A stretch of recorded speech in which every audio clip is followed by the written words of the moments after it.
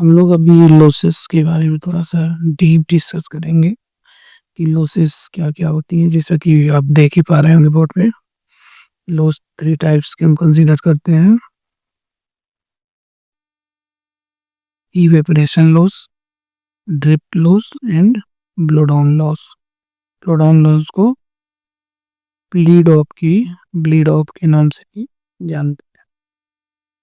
तो one by one करके हम लोग इसको डिस्कस करते हैं कि लॉसेस कौन कौन सी कैसे हम कैलकुलेट कर सकते हैं, इसके फार्मूलाज क्या है ना। तो फर्स्ट हम लोग देखते हैं इवेपोरेशन लॉस।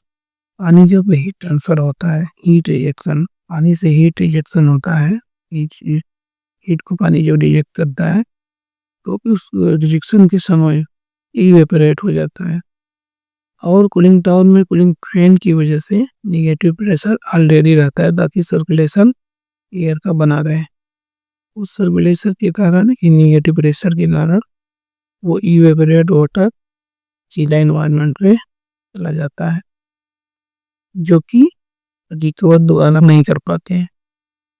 वो सबसे बड़ा कूलिंग टावर का लॉस बनता है। तो यदि हम फार्मूला को देखना चाहें तो इवेपोरेशन लॉस को ईएल से डिनोट यदि करें तो ये फार्मूला इवेपोरेशन लॉस का है। इसमें जिसे इवेपोरेशन कांस्टेंट बोलते हैं, 0.00085 जो है इवेपोरेशन कांस्टेंट है।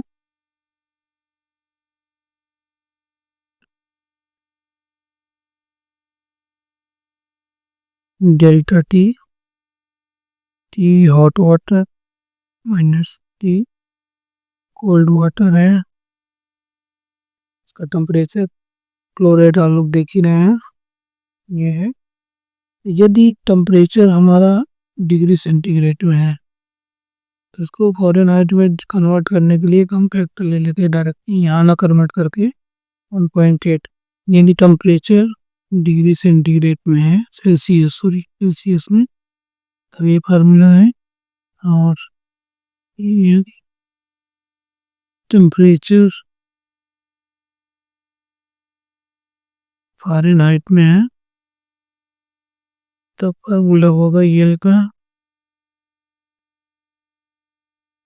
Flow rate into delta T.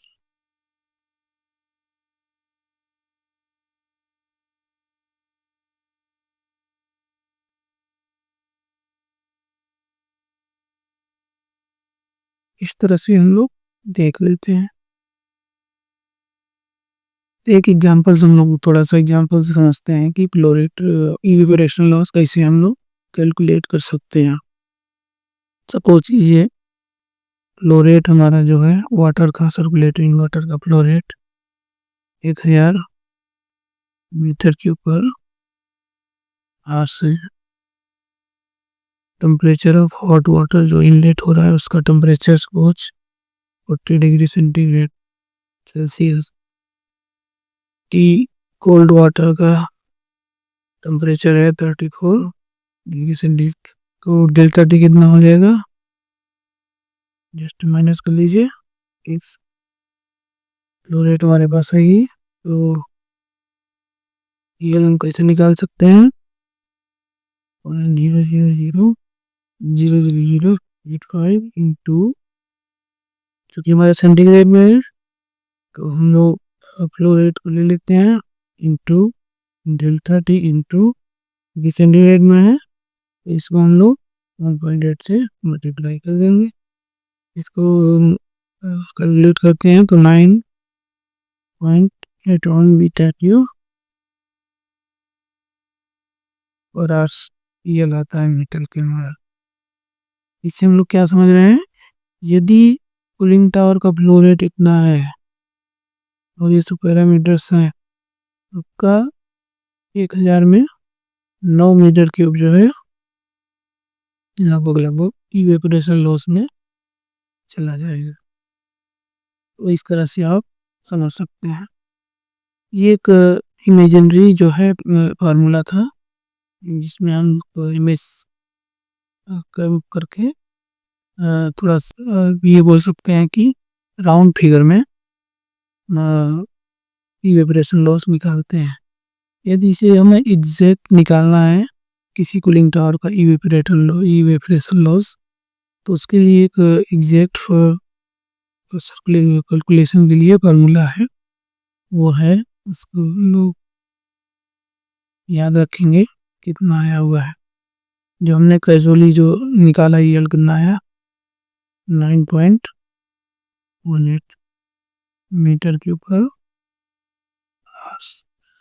अब हमें एग्जैक्ट यदि कैलकुलेट करना है तो उसके लिए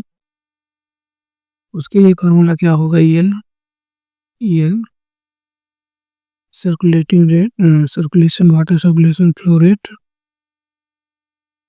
इंटू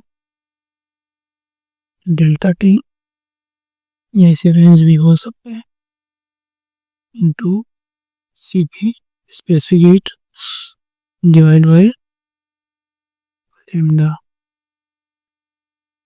इस फार्मूला को यूज करके हम लोग एग्जैक्ट इवेपोरेशन लॉस को निकाल सकते हैं। तो इसमें देख लेते हैं एफ आर क्या है, flow rate of circulating water,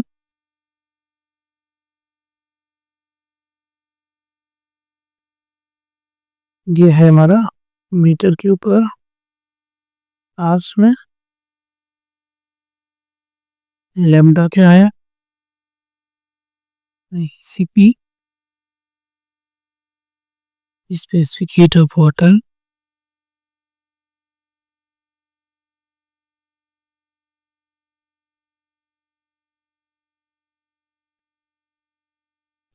ये स्पेसिफिक हीट ऑफ वाटर यदि हम किलो कैलोरी पर किलोग्राम सेंटीग्रेड में लेंगे तो ये 1 होता है, किलो कैलोरी पर केजी पर सेंटीग्रेड में 1 होता है। यदि इसे हम किलो जूल पर केजी का लेंगे, पर केजी में लेंगे तो यही कितना हो जाएगा 4.184 किलो जूल पर केजी, ये हो जाए। इसके अलावा हमारे पास डेल्टा टी है, temperature differences, T hot water minus T cold water, इसको हम लोग रेंज भी बोल सकते हैं,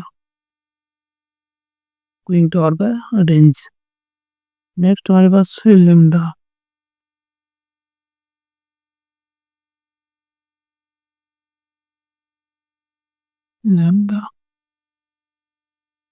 लैम्डा क्या है, latent heat of vaporisation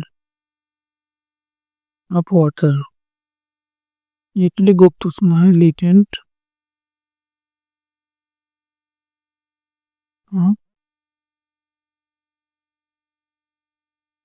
वेपराइज्ड water, vaporisation of water. Water तो वेपराइजेशन में जो लेटेंट हीट होती है उसको डिनोट कर रहा है फॉर लैम्डा से, लेटेंट हीट को। अब इसे हम 540 किलो कैलोरी पर केजी पर सेंटीग्रेड लेते हैं। ओके, इसको हम 4 से मल्टीप्लाई यदि कर देते हैं 4.184 इंटू 540, ये हो जाएगा kilo joule per KG per centigrade. Okay, तो यहाँ इवेपोरेशन का जो यूनिट आएगी वो किस में आएगी उसको देख लेते हैं हम लोग। यूनिट आएगी जिसमें एफ आर का मीटर के ऊपर आवर्स, इसका degree centigrade into kilo joule per KG per centigrade divide by kilo joule per KG, तो ये डिवाइड बाय है, तो इसका भी यूनिट है किलोग्राम पर आवर्स में आएगा। इवेपोरेशन लॉस यदि हमारा बढ़ेगा चूँकि ये एक दूसरे से हमेशा इवेपोरेशन लॉसेस जो हैं, ये हमेशा हीट लोड के प्रोपोर्शनली होता है, डायरेक्टली प्रोपोर्शनली। तो यदि हीट रिजेक्शन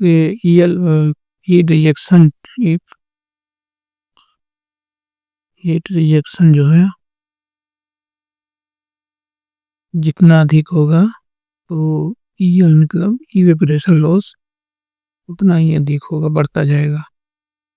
तो सिंपली आप ये समझ सकते हैं कि किसी भी कूलिंग टावर में यदि कूलिंग टावर वाटर का टेम्परेचर 10 फ़ारेनहाइट तक घटा रहा है, तो एक रफ आइडिया आप लगा सकते हैं कि जितना सर्कुलेटिंग वाटर है उसका 1% वाटर लॉस पर आवर्स कम होना है। ये आप सिंपली माइंड में रख सकते हैं कि हर कूलिंग टावर के लिए लगभग 1% वाटर लॉस होना है। यदि कूलिंग टावर 10 फ़ारेनहाइट तक टेम्परेचर घटा रहा है, मीन्स रेंज यदि 10 फ़ारेनहाइट आ रहा है, तो ये समझिए कि लॉस जो वाटर का होगा 1 घंटे में 1% होना है।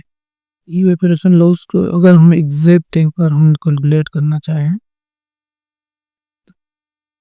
कैसे कर सकते हैं? पहले हम सिंपल जो कैजुअली फॉर्मूला लगाए तो उससे ले लेते हैं ईएल।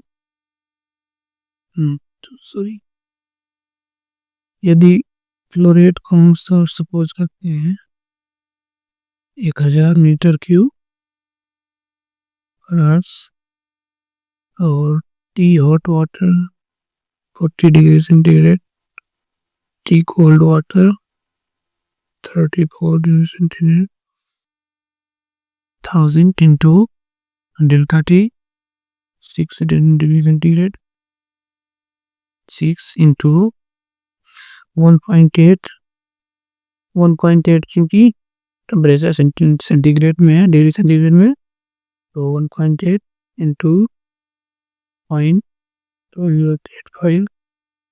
तो इसको जस्ट हम कैलकुलेट कर लेते हैं, तो यह आता है 7.65 मीटर क्यूब।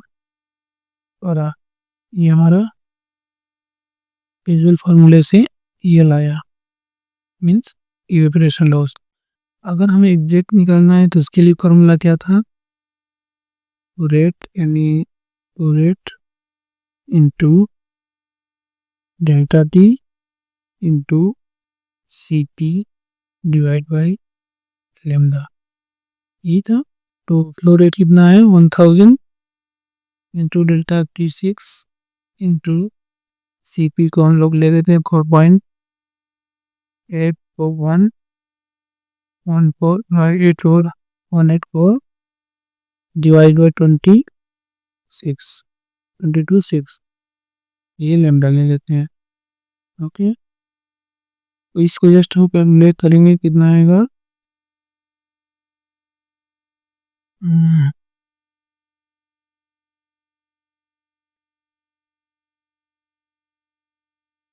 ये लगभग 11 मीटर क्यूब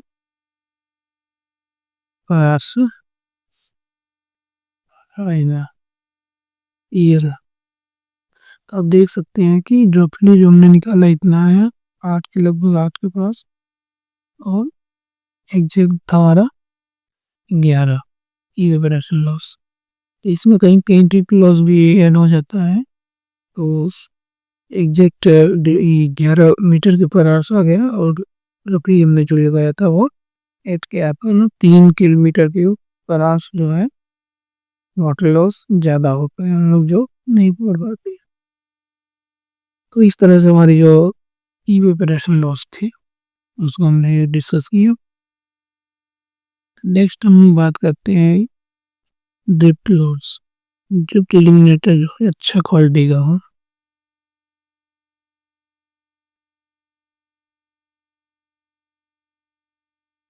को डिवाइड बनाएगा 0.02 से 0.5 तक, 0.5।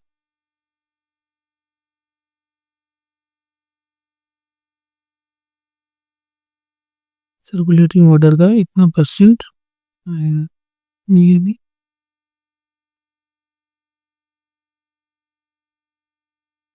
ओल्ड मॉडल का सिस्टम है जो वाटर सर्कुलेशन में है उसका 0.1 से 0.2 तक परसेंट तक ड्रिफ्ट लॉस आ सकता है यदि ओल्ड मॉडल का है। यदि अच्छी ड्रिफ्ट लिमिटर लगे हैं तो 0.052 से 0.05% तक आ जाए। इसको ध्यान देने की बात यह है कि ये ड्रिफ्ट लॉस में यह प्योर वाटर लॉस नहीं है। इसमें 0.02 में मिनरल्स भी कुछ होते हैं,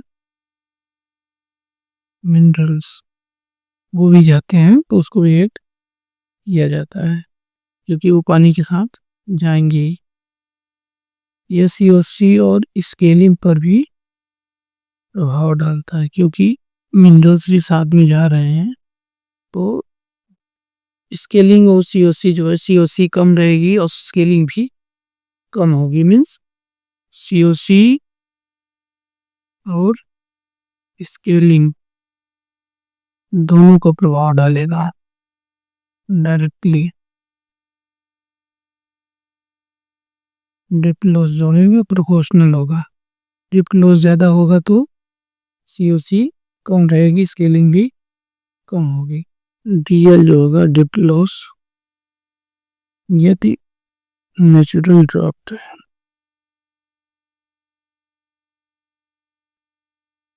कूलिंग टावर है तब DL कितना होगा? DL 0.3 से 1.0 तक हो सकता है नेचुरल ड्राफ्ट में। इंड्यूस ड्राफ्ट में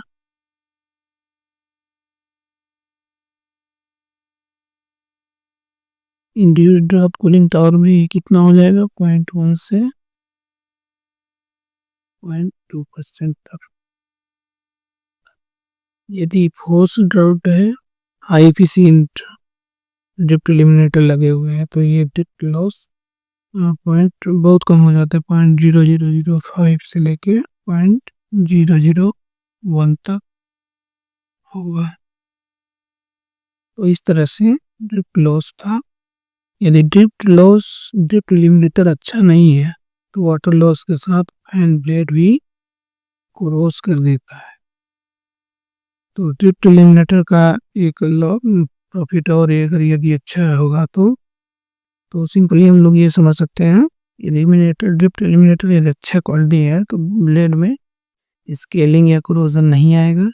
यदि क्वालिटी अच्छी नहीं है तो ब्लेड में क्योंकि मिनरल्स भी जाएंगे साथ में और ड्रिफ्ट एलिमिनेटर अच्छा नहीं हुआ तो सीधा ब्लेड पे इम्पैक्ट डालेंगे। नेक्स्ट हम लोग बात करते हैं ब्लेड ऑफ या ब्लोडाउन लॉस।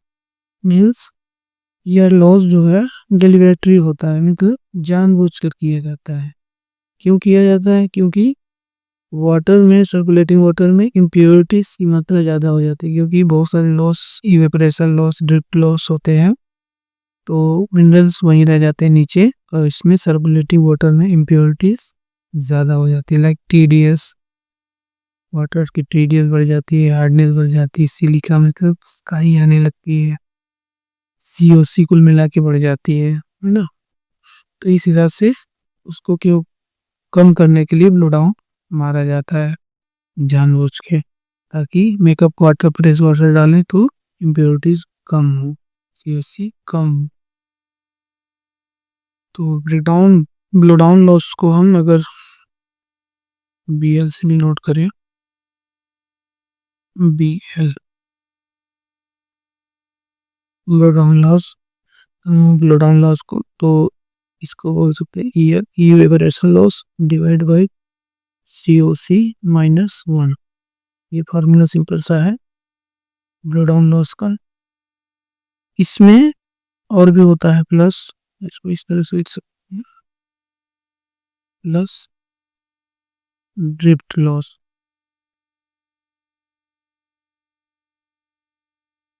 ये ब्लो डाउन लॉस का फार्मूला है evaporator loss divide by COC -1 plus drift loss.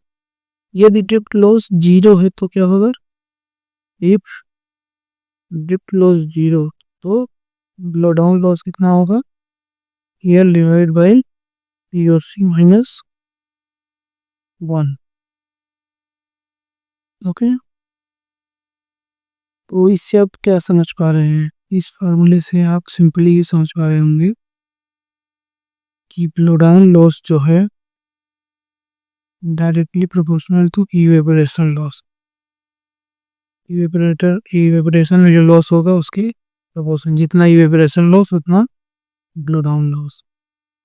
तो इस तरह से हमारा जो है तीनों लॉसेस थे, जिसके बारे में हम लोगों ने 1 बाय 1 करके डिस्कस किया। तो एक बार रिवाइज कर लेते हैं हम लोग क्या क्या डिस्कस किया। फर्स्ट, EL इवेपोरेशन लॉस क्या था?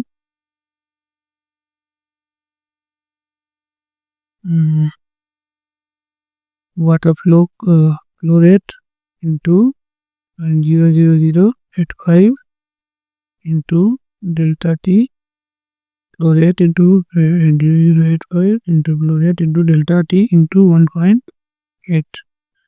इवेपोरेशन लॉस का ये था फॉर्मूला। इवेपोरेशन का एक फार्मूला और भी था एग्जैक्ट कैलकुलेशन के लिए, और exact calculation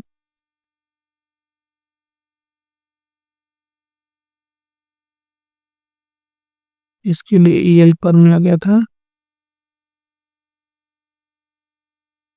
flow rate into delta T into CP divide by lambda, ये फार्मूला ये था। दूसरा हम लोगों ने बात किया ड्रिफ्ट लॉस के बारे में। थर्ड बात किया हम लोगों ने blow down loss, EL divide by COC minus 1 plus drift loss. Okay, तो ये हम लोगों ने तीनों लॉसेस को 1 बाय 1 करके डिस्कस किया। अब एक इम्पोर्टेंट पॉइंट और बच जाता है जिसको हम लोग बात कर लेते हैं, मेकअप वाटर। मेकअप वाटर को हम कैसे कर सकते हैं? सपोज कीजिए ये हमारा कूलिंग टावर है, इवेपोरेशन लॉस इधर है,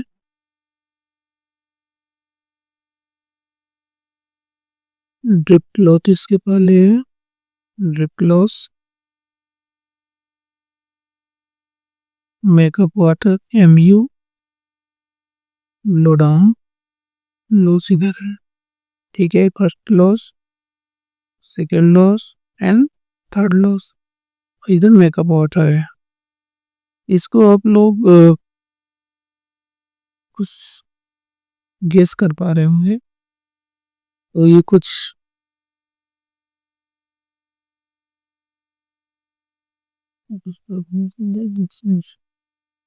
तो मेकअप वाटर लो यदि हम यूज कर रहे हैं तो क्या होगा? Makeup water is equal to evaporation loss plus drift loss plus blow down loss, ये फार्मूला होगा। मीन्स टोटल जितना लॉसेस हैं उनके बराबर हमको मेकअप वाटर ऐड करना पड़ेगा सर्कुलेटिंग वाटर में। तो ये कुछ कैलकुलेशंस थे जिनके बारे में हम लोगों ने डिस्कस किया। इस डिस्कशन से हमें इतना तो पता चल ही गया है कि यदि इन कैलकुलेशंस को हम अच्छे तरीके से समझ जाएं तो इससे हमें पता कर सकते हैं कि कूलिंग टावर जो हमारा है वो किस कंडीशन में चल रहा है, ये पता हो जाएगा। यदि उसमें कुछ प्रॉब्लम्स हैं तो क्या प्रॉब्लम है, यदि कोई प्रॉब्लम है तो इम्प्रूवमेंट कहाँ किया जा सकता, यह सब पता कर सकते हैं इन कैलकुलेशंस के माध्यम से। और समस्या को एलिमिनेट कैसे करना है इसके बारे में भी समझ सकती है। आगे हम लोग कुछ केमिकल प्रॉपर्टीज़ के बारे में बात करेंगे कि उनकी क्या-क्या प्रॉपर्टीज़ होगी, उनमें केमिकल ट्रीटमेंट क्या किया जा सकता है, जिससे ब्लो डाउन कम हो। एलएसआई क्या है, उसके बारे में स्टो आगे बात करेंगे कि क्या-क्या एलएसआईज़ होते हैं। हुँ, तो नेक्स्ट सेशन में हम लोग इन सब की चीज़ों के बारे में बात करेंगे कि केमिकल ट्रीटमेंट हम कैसे कर सकते हैं बेटर, जिससे हमें लॉसेस कम ब्लो डाउन लॉस बेसिकली कैसे कम किया जा सकता है। सीओसी कैसे कंट्रोल में कर सकते हैं। तो उसके लिए कौन-कौन से केमिकल्स की ज़रूरत हो पड़ेगी। उनकी केमिकल्स की क्या प्रॉपर्टीज़ हैं उसके बारे में डिस्कस करेंगे डीपली। तो तब तक के लिए आप लोग बस कंटिन्यूअस प्रयासरत रहिए, पढ़ते रहिए, लर्निंग करते रहिए, सीखते रहिए, क्योंकि कंटिन्यूअस लर्निंग ही आपको परफेक्ट बनाएगी, आगे बढ़ाएगी। Thank you.